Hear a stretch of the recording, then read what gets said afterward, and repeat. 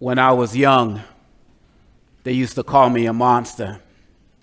African, bushman, monkey, I was bothered. Used to pick on my clothes. I didn't have Nikes. I didn't have nice bikes, other fancy things. I didn't have much loot, no savings, no trust fund. So walking out my house every day was not fun. Had no heat in the winter, no AC in the hot sun. Next to my bed was rats, leftovers, they got some. Used to wonder why me while seeing on TV, dudes with Beamers, Jaguars, of course Mercedes. Being broke as a kid used to drive me crazy. Hearing the guns at night, I couldn't sleep like a baby. But now I'll make it plain, I'm writing this on a plane on my way to Warrenton for a show. What changed? Well, I stopped making excuses for myself, took blame. You take control of your life, you can do the same. It don't matter, you've been abused, grew up with no parents, you dealt with booze, dealt with drugs, wheelchair ramped it. Maybe you grew up poor in a house, not a home. Maybe mom's was an addict, papa rolling stone. What you gotta see is life is just testing you out to see if you're gonna quit, take that easy route, to see if you'll throw the towel and surrender your soul to a life of crime, a life of loss, life out of control. But if you take a step back, think twice, get some goals. If you focus on your dreams and not your nightmares, you'll see your life get better with your new mindset. Get new experiences that you won't regret. I took control of my life, now I travel the globe. I met Clinton, Obama, Maya Angelou. I might be the next man on the cover of O. You take control of your destiny, you never know. I've been on BET, BBC, CNN. I've been to almost 30 countries, spoke before millions. Now they don't call me a monster unless I'm beasting the flow. They don't call me nothing but the goat at a show. So what can you do if you focus on great? More than me, probably, if you concentrate. Get the haters out your life, stop lifting that weight, and listen to no one who ever said wait. You take control of your dreams and develop yourself. If you eat the right foods and develop your health, you'll live the life of your dreams. Trust me, you'll see, because you got nothing but greatness in your destiny. Good morning, how you doing? All right. Somebody repeat after me, there can only be one me. There was no me before me. There will be no me after me. That's just I'm the only me that the world will see. I will be the best me that I can be for eternity. Give yourselves a round of applause. That was awesome. Now you can check rapping off of your bucket list, because you all got it in at one point just now. I wanted to share that affirmation because we can hear great speeches throughout our entire lives, but at the end of the day, you're going to remember the things you say to yourselves more than you say to anything else that you hear from anybody else. So it's important to affirm yourself. And in order to do this work of finding common ground in uncommon times, it's going to take no less than your best effort. We need you now more than ever. The poem, the words that I shared in that rhyme are a true story about how I grew up. As you could tell from my name, I was born in a very faraway place called Boston, Massachusetts. It's far from here. Nobody's walking to Boston, I'm assuming. And growing up in Boston, because of my name, I didn't have what you would call a stereotypical African accent, but I was bullied and beaten up just because my name was different. I was othered and was made to feel like I didn't belong, being called a monkey, being called a monster, being put in these positions where I couldn't understand why people weren't trying to build with me, but were trying to separate me from everybody else. And as I grew older and started to become more confident in who I was, I started to understand it a little bit better, why these things happen, why hurt people, and why people put themselves in positions where other folks can't fit in that picture. And I saw it in real time about 6 years ago. I went to Rwanda. And when you go to Rwanda, they encourage you to visit the Rwandan Genocide Museum. And I'm like, I'm into history. I studied a lot. We, lived through this time, and I know a lot of things. I saw Hotel Rwanda, so I'm good. But they really insisted. And so I went there. And when I went there, the first thing I saw was that now, it would be 30 years ago, since the genocide happened, they still have, at the museum, they have open mass graves today. I asked them, why do they do that? And they say that, well, we're still finding bodies from the genocide of '94. See, sometimes the only time, if we don't get ourselves together, get our minds right, sometimes the only time we'll find common ground is when we're in the ground. We got to do the work above ground. So I went into the museum and I started looking around. I saw these stories, and I saw stories of little kids, pictures, beautiful pictures. They were dressed in their Sunday's best and everything, smiles and all of that. And one of the things it talked about the things that they loved to do, and then it talked about how they died. This person hacked with a machete. This person shot. This one child's head smashed against the wall. And then I walked into another room where they had the skulls of many of these dead people. And then I walked into another room and I saw the cartoon images that were used to dehumanize people. So you got to understand that the first step of indoctrination is our cartoons. Go back and look at our cartoons from the 1930s and 40s and look how they portrayed Jewish people and Germans and Japanese. Go and look at some of our cartoons from the 90s and the 2000s. Look how after 9/11, look how Muslims were portrayed in our cartoons and television shows. You see, our enemies usually, our cartoons and television shows usually reflect the people with whom we're in conflict at the time. So I saw the cartoon images and saw how the genocide started to brew. Then I walked into a final room and I saw a video of a survivor. And this woman said,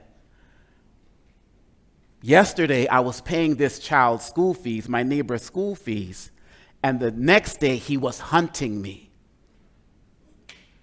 And that sign, that term made me something in my mind that I just couldn't forget. It made me realize the Rwandan genocide could happen here. The Rwandan genocide could happen anywhere if people allow othering to continue.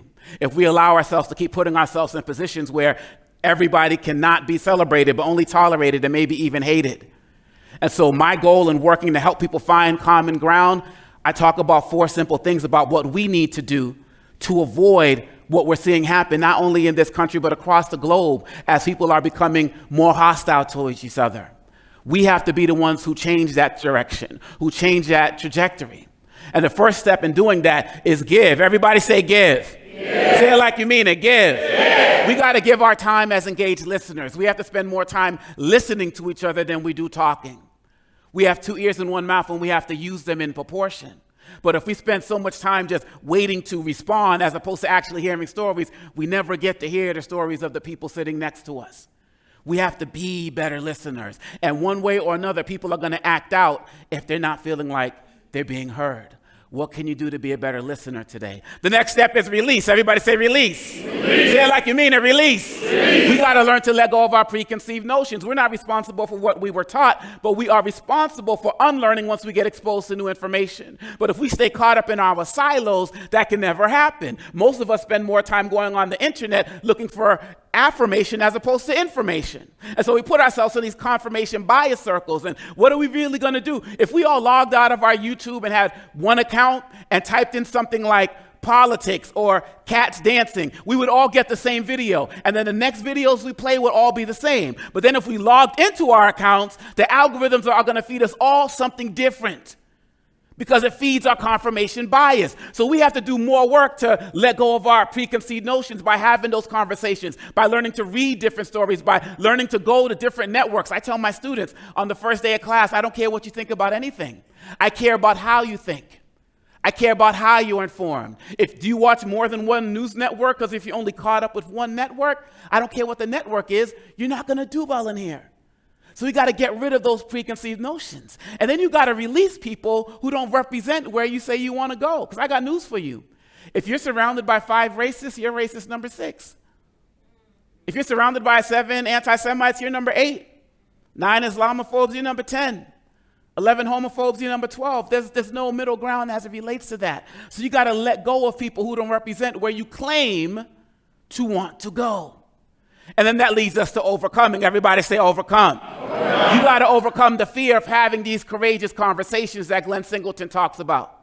It can be fearful to engage in these conversations, but our work today is to do the work now so that 5, 10, 15, 25 years from now, people can enjoy the fruits of our labor. Just like we're enjoying the fruits of the labor of people who fought for us 25 years ago and 50 years ago and 75 years ago and 100 years ago. We got to overcome that. And that will lead us to win. Everybody say win. Win. We just got to believe that we will win if we don't give in. All of us come from people who fought hard so that we can enjoy what we do today. And we got to do the work to pay it forward. Now that GROW, that give, release, overcome, and win, that spells out grow. And every single day we have to not just go through our experiences as a society, but grow through them. And the last thing I want to leave you all with is I encourage you all to engage in this thing called the rule of 7. I want you to come up with 7 questions that show your commitment to doing this work. that show your commitment to finding common ground, because you can talk about it, but are you really living it? If so, what do your 7 best friends look like? What does the cast of the last 7 TV shows that you watched look like? You go to watch plays, what does the cast look like? What do the authors of the last 7 books that you read look like? What do your 7 closest neighbors look like? You hire people, what do your hiring process, who are you hiring? You got kids in your life, what do the 7 last toys you bought for them look like? What do their friends look like? You see, every single day, we need to see if we're actually doing this work in real time and in real life. And I believe that if we do that, we can continue to create a society where everybody can indeed be celebrated and not just tolerated. But we just got to believe. Repeat after me. I know if I believe, I can and will achieve. The past is the past. I will no longer regret it. I will focus on this gift, which I call the present. I will get out of my own way and live my best life starting today. If I focus on my dreams and not my sorrows, my trials today will be my testimony tomorrow. This poem is to celebrate the greatness in all of y'all who are working to find common ground. They say greatness is a choice, but what have you chosen? You've been frozen in time and broken in mind. For too long, the same song playing in your head, living in breath, but better off dead. But who said that you didn't have the power? Who said this is not your hour? You've been showered with a steady stream of words that kill your dreams. But since you're still breathing, then someone has lied to you, tried to deny you of your own potential inside you. If you just decide to, let no one deride you. Don't even let them get beside you as you unearth the new you. Stop listening to naysayers and decide to do you.